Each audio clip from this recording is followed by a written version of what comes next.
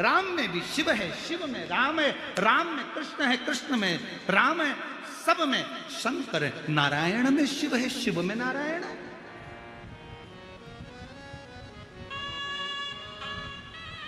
कितना सुंदर बात है।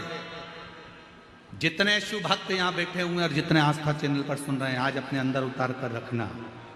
पति से निवेदन है, अपने बच्चों के सामने अपनी पत्नी की कभी बुराई मत करना। तेरी मम्मी में अक्ल नहीं, तेरी मम्मी में अक्ल नहीं, ढोर है, पढ़ी नहीं है। पत्नी से निवेदन है, अपने पति के लिए कभी मत कहना तुम्हारे पिताजी में तो अक्ल ही नहीं है, पूरी प्रॉपर्टी इसीलिए तो चली गई, इनने जिंदगी में करा ही क्या, सब तो बांट दिया, रखा ही क्या अपने पास।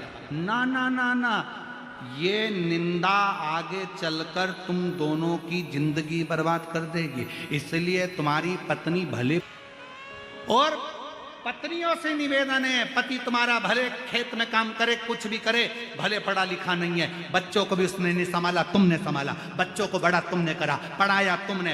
तुम्हारे पति बेचारा दुकान करता रहा, काम करता रहा, नहीं ध्यान दिया। फिर भी अपने बच्चों से मत कहना कि तुम्हारा पिता ऐसा, उससे कहना ये सब कुछ आज तुम अगर अच्छी एजुकेशन कर रहे हो, पढ़ाई कर रहे हो, आगे बढ़ रहे हो, ये तुम्हारे बाप की देन है, तुम्हारे पिता की। हम गलती क्या करते हैं? पार्वती बहुत दुखी है, पर इसने कथा में सुना है कि अपने बाप के पास जाना तो चेहरे पर स्माइल रखकर जाना, बाप को नहीं मालूम पड़ना चाहिए कि दुख क्या है। पिता फिर भी दुख हरता है, पिता फिर भी दुख हरेगा, जान दो उसको, जान। और जब उससे कहे, विनय करे तो आनंद। कितना सुंदर कहा है।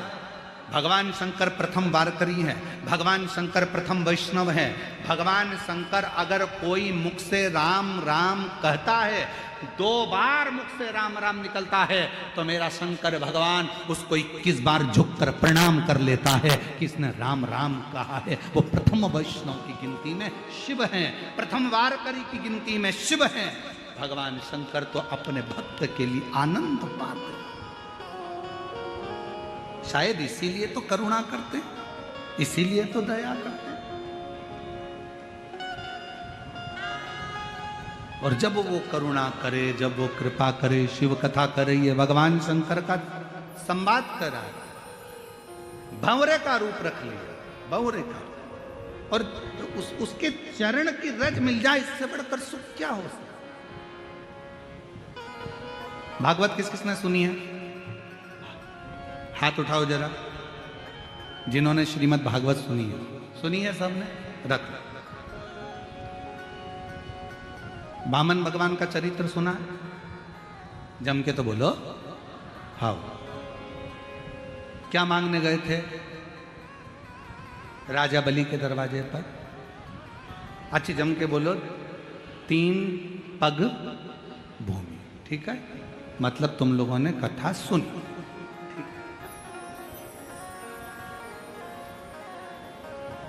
राजन भिक्षाम देही, राजन भिक्षाम देही। राजा बलि आया, क्या चाहिए? 3 पग भूमि। राजा बलि को हंसी आ गई, 3 पग भूमि का तुम करोगे क्या? क्या करोगे 3 पग भूमि का? कई लोगों को बड़ी चिंता रहती है, हमने मंदिर में इतना प्रसाद चढ़ाया, पंडित जी क्या करेंगे? तुम्हें क्या करना, चढ़ाना तुम्हारा काम है, लेकर जाना पंडित जी का काम। बड़ी चिंता। राजा बलि ने पूछा 3 पग भूमि का तुम करोगे क्या? वामन भगवान ने कहा मर्जी मेरी, तुम तो 3 पग दे दे। 3 पग भूमि में ना गाय बांध सकते हो, 3 पग भूमि में ना सही से बैठ सकते हो, 3 पग भूमि में ना सही से सो सकते हो, ना रह सकते हो, तो 3 पग भूमि का तुम करोगे क्या? राजा बलि ने बार बार भगवान से कहा तो भगवान ने कहा बस मुझे तो 3 पग भूमि चाहिए। राजा बलि ने, शुक्राचार्य जी महाराज आए और वामन भगवान को देखा तो कह दिया कि 3 पग भूमि मत। पर राजा बलि ने उसी समय अपने बेटे को आवाज लगाकर बुलाया कि जा अंदर जाकर जल लेकर आ, मुझे संकल्प छोड़ना है 3 पग भूमि का।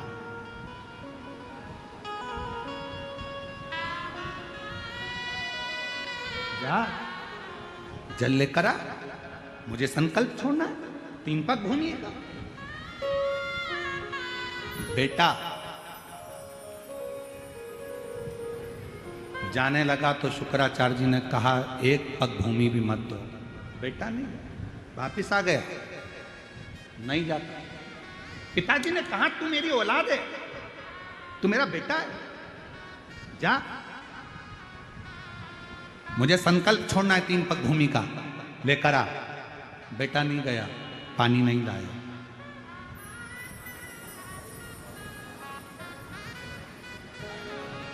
गया ही नहीं। एक चरित्र हमको याद आ रहा है, एक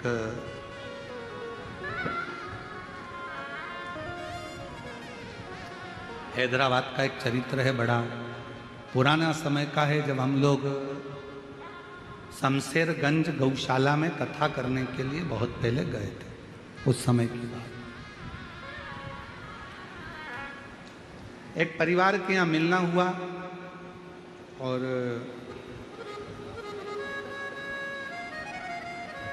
माता पिता को मालूम पड़ा, पिताजी को, कि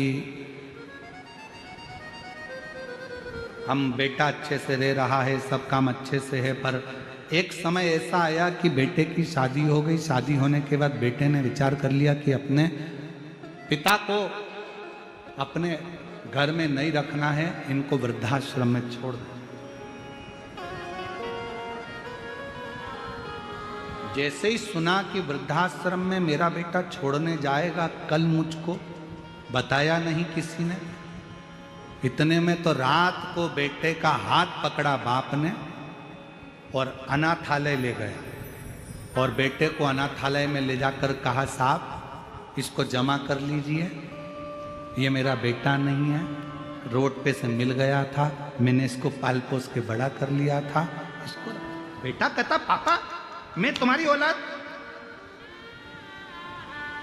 और तुम मुझे अनाथालय में छोड़ रहे हो। बाप कहता है मेरी औलाद ऐसी नहीं हो सकती जो अपने बाप को जमीन जायदाद प्रॉपर्टी लिखाने के बाद वृद्धाश्रम में छोड़ दे।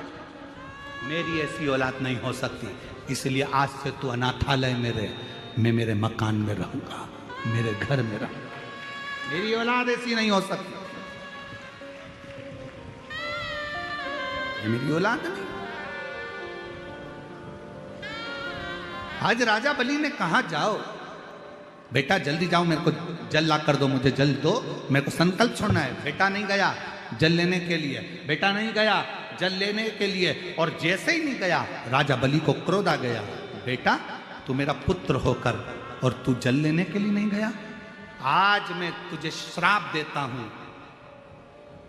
दान करने में तू मेरा रोड़ा बना है, दान करने में तू पत्थर जैसा अड़िग रहा है, इसलिए मैं तुझे श्राप देता हूं कि तू पत्थर हो जा। सुना है भागवत जी में आप लोगों ने ये चरित्र? एक बाप ने अपने बेटे को श्राप दे दिया कि तू पत्थर हो जा। बेटा रोने लगा, क्षमा करो क्षमा करो। बाप कुछ नहीं बोला, क्षमा मांगना है तो ये दरवाजे पर जो छोटा सा ब्राह्मण का बच्चा खड़ा है जो 3 पग भूमि मांगने के लिए खड़ा है, इससे क्षमा मांग। राजा बलि का लड़का क्षमा मांगने के लिए वामन भगवान के पास पहुंचा, प्रभु क्षमा कर दो, मेरे पिताजी ने मुझे श्राप दे दिया, आपको 3 पग भूमि देना था, मेरे पिता